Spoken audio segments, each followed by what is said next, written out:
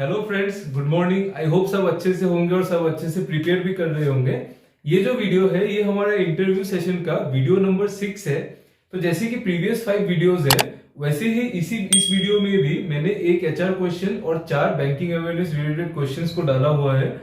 तो वीडियो में आगे बढ़ने से पहले मैं आपको ये बता देना चाहता हूँ कि अगर आपने प्रीवियस 5 वीडियोस को नहीं देखा है, then I request you guys to kindly go back और प्लीज पहले 5 वीडियोस को देख लीजिए, या फिर इस वीडियो को देखने के बाद आप उन वीडियोस को देख लीजिए। उससे आपका क्या होगा, सिलेबस फुल्ली कवर्ड रहेगा। मैं धीरे धीरे टॉपिक बाय टॉपिक बढ़ रहा हूँ, लेवल को धीरे धीरे हम लोग हाई करेंगे, ठीक है। तो वैसे करके चलिए, तो आपको भी बेनिफिट होगा। और अभी चलिए स्टार्ट करते हैं। तो पहला जो क्वेश्चन है सॉरी गाइस, पहला जो क्वेश्चन है वो बहुत ज्यादा इंपॉर्टेंट और कुछ लोगों के लिए बहुत ज्यादा इंपॉर्टेंट क्वेश्चन है। ये मेरे काफी फ्रेंड्स को आईबीपीएस पीओ और एसबीआई पीओ के इंटरव्यूज में भी पूछा गया था कि how will you justify the gap between graduation and selection.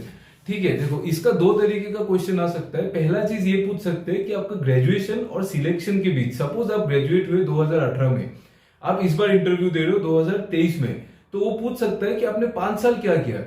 ये एक तरीके का सवाल है। दूसरा सवाल ये हो सकता है कि सपोज आप एचएस के बाद, क्लास 12 के बाद आपका गैप हो गया, आप ग्रेजुएट हुए बाद में, तो वो भी आप इंटरव्यूअर आपको पूछ सकता है।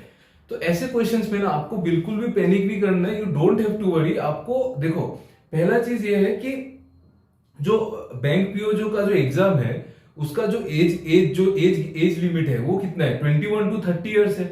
तो आपको क्या लगता है कि वो क्या केयर करेगा क्या कि आपने क्या किया क्या नहीं किया? ऐसे एग्जामिनर कुछ केयर नहीं करता है। वो जस्ट आपको चेक करना चाहता है कि आप कितने कॉन्फिडेंट हो, आपका प्रेजेंस ऑफ माइंड कितना है, ठीक है। तो आप इसमें ये बोल सकते हो, सपोज ऐसा होता है कि आप ग्रेजुएशन के बाद आप 4 साल बाद आपने ज्वाइन किया, तो आप ऐसा बोल सकते हो कि sir I have tried my best, I have tried several times for this exam. और अगर आपने नहीं भी किया तो आप बोल सकते हो कि sir I was in another job, या फिर I was preparing for some other exam. आपको जो भी आप ऑनेस्ट जो जेन्युइन रीजन है उसको आप पुट फॉरवर्ड करोगे, एग्जामिनर अच्छा मतलब आपको अच्छे तरह से लेगा, तो आप वैसे आप उसको टैकल कर सकते हैं। अगर ऐसा होता है कि अगर आप क्लास 12 के बाद सपोज आप ग्रेजुएशन लेट से किया, उसका भी कुछ तो रीजन होगा ना, तो आप वो रीजन आप पुट फॉरवर्ड करो। आपका रीजन इजीली वेलकम होगा। आप इजीली ऐसे क्वेश्चंस टैकल कर सकते हैं। You don't have to worry so much about this, ठीक है। सेकंड होता है modes of operation of a bank account.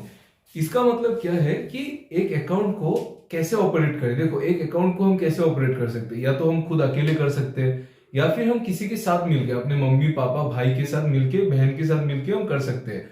Farmer को पहले जो मैंने बोला, अकेले करने को बोलते हैं सिंगल, किसी के साथ मिलके करने को बोलते हैं जॉइंट अकाउंट।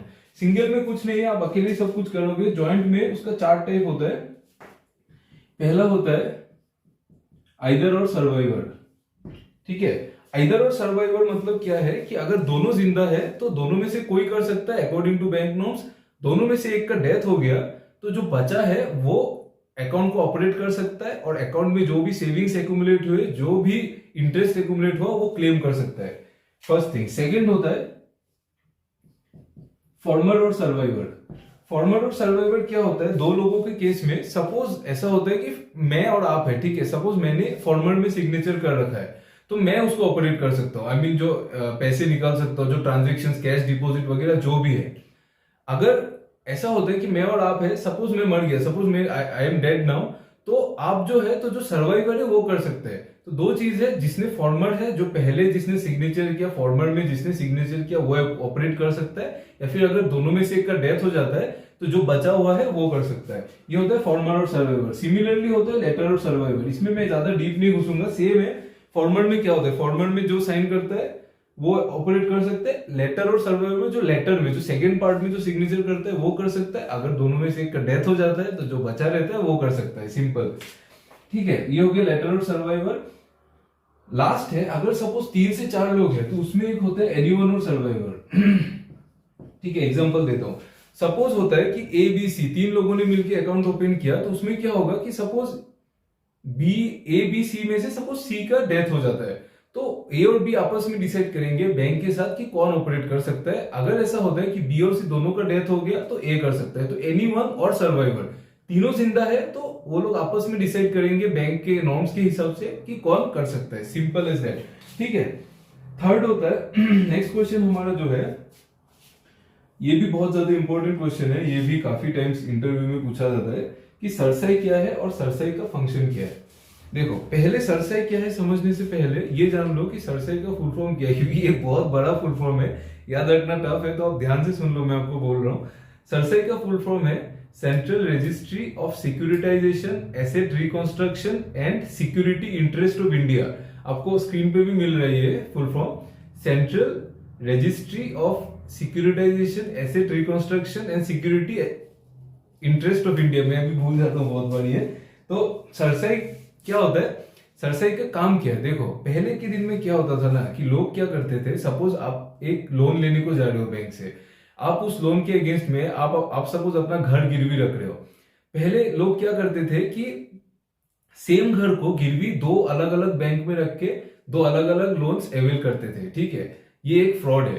तो उसके वजह से गवर्नमेंट ऑफ इंडिया ने अपना एक कंपनी बनाया, अपना एक पोर्टल बनाया जो कि सरसाई है। सरसाई आपको प्रिवेंट करता है कि आप एक ही घर को दो अलग अलग बैंक में कोलैटरल लेने के लिए यूज नहीं कर सकते, ठीक है। आप एक घर को दो अलग अलग लोन लेने के लिए सेम बैंक में यूज कर सकते हैं, लेकिन एक ही घर को आप दो अलग अलग लोन लेने के लिए दो अलग बैंक में यूज नहीं कर सकते। वो सब रिकॉर्ड्स पहले सिर्फ लेंडर और बोरोवर के पास रहता था, लेकिन अभी वो जो रिकॉर्ड्स है वो बैंक के पास या फिर फाइनेंशियल सिस्टम में भी वो इंटीग्रेट हो चुका है। तो वो सरसाई का काम है, ठीक है। आई होप आपको समझ में आ रहा होगा यार, I hope I am not so fast, ठीक है। अगर समझ में नहीं आ रहा है तो जैसे मैं बोल रहा हूँ आप वीडियो को देख लो, फिर आप जो पीडीएफ है डिस्क्रिप्शन में उसको भी आप एक बार पढ़ लो, ठीक है। तो चलो नेक्स्ट क्वेश्चन में जाते हैं। देखो, नेक्स्ट फोर्थ और फिफ्थ क्वेश्चन को मैं एक ही साथ समझा दूंगा आपको। देखो, लोन जो होता है ना, लोन हमेशा दो टाइप का होता है, लोन्स एंड एडवांसेस बोलते हैं, दो टाइप का होता है। एक होता है फंड बेस्ड जिसमें हम लोग पैसा इन्वॉल्व होता है, एक होता है नॉन फंड बेस्ड जिसमें पैसा इन्वॉल्व नहीं होता है। आज हम फंड बेस्ड ही पढ़ेंगे, नॉन फंड बेस्ड मैं आपको नेक्स्ट वीडियो में समझा दूंगा, ठीक है। फंड बेस्ड में क्या क्या होता है, सीसीओडी और टर्म लोन। सीसीओडी क्या होता है? देखो, CCOD is nothing but it is just as similar to a credit card. Credit card में क्या होता है कि आप एक क्रेडिट लिमिट आपको बैंक देता है, आप उसको यूज करते हो, महीने के बाद आपका बैंक आपको बताता है कि आपका स्टेटमेंट है, आपने इतना यूज किया है, आपको इतना पे करना है। सीसीओडी में भी सेम है। आप सीसी का फुल फॉर्म है कैश क्रेडिट, ओडी का फुल फॉर्म है ओवरड्राफ्ट। कैश क्रेडिट में क्या होता है, आप एक बिजनेस पर्पस के लिए आप लोन लेते हैं, ओवरड्राफ्ट आप पर्सनल यूज के लिए भी ले सकते हैं, सिमिलर है, कुछ भी डिफरेंस नहीं है। कैश क्रेडिट में आप सपोज आपने बिजनेस पर्पस के लिए आपने बैंक से सपोज 2 लाख रुपए लिए, आप उस पैसे को यूज कर रहे हैं अपने बिजनेस के लिए, आप उस पैसे को अपने वर्किंग कैपिटल के लिए यूज कर रहे हैं, day to day business needs के लिए, ठीक है। वही है, स्ट्रिक्टली उसी में ही आपको यूज करना है। तो वो क्या होता है कि आपने सपोज 2 लाख का लिया, आपने सपोज फर्स्ट मंथ में आपने 20,000 रुपए खर्च किए, सपोज 30,000 रुपए खर्च किए। ये 30,000 और जो बैंक का जो इंटरेस्ट है वो लग के आपको मंथली रिपेमेंट करना पड़ता है, ठीक है। सीसी में ये होता है, सीसीओडी में आपको एवरी मंथ के बाद आपका बिलिंग साइकिल बनेगा, जितना भी बिल होता है आपको वो पे करते रहना है, ठीक है। इसलिए हम लोग ऐसे टाइप के लोन्स को, सीसी और ओडी को हम बोलते हैं रिपेएबल ऑन डिमांड लोन्स। डिमांड मतलब किसका डिमांड? बैंक का डिमांड। आपको बैंक के डिमांड के हिसाब से आपको रिपेमेंट करते रहना है। आप विड्रॉ कीजिए, कितना विड्रॉ कीजिए, कोई प्रॉब्लम नहीं है, लेकिन आपको उसी तरह से रिपे भी करते रहना है, ठीक है। ये हो गया सीसी और ओडी। डिफरेंस सीसी और ओडी में ये सिंपल डिफरेंस है कि सीसी बिजनेस पर्पस के लिए लिया जाता है, ओवरड्राफ्ट जो है वो पर्सनल यूज के लिए भी ले सकते हैं। लास्ट हमारा क्वेश्चन जो है वो टर्म लोन है, ये भी फंड बेस्ड लोन है।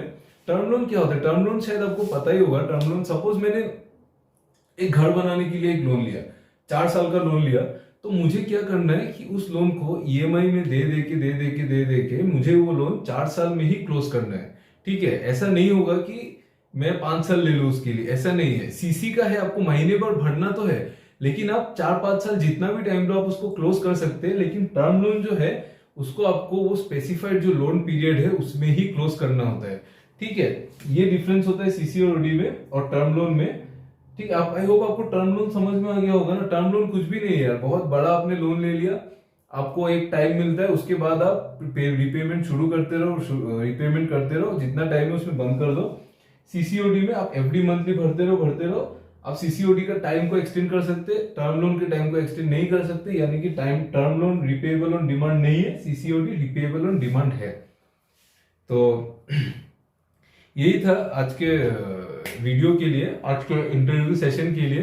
अगर आपको ये वीडियोस पसंद आ रहे हैं और अगर आपको मेरा एक्सप्लेनेशन अच्छा लग रहा है, then I request you to like my channel and subscribe to my channel. उससे क्या होगा, यूट्यूब जी हमारे चैनल को प्रमोट करेंगे और मैं ऐसे कंटेंट के साथ आपको और भी आपके पास ला सकता हूँ। तो आई होप आपको पसंद आया होगा। तो चलो, थैंक यू।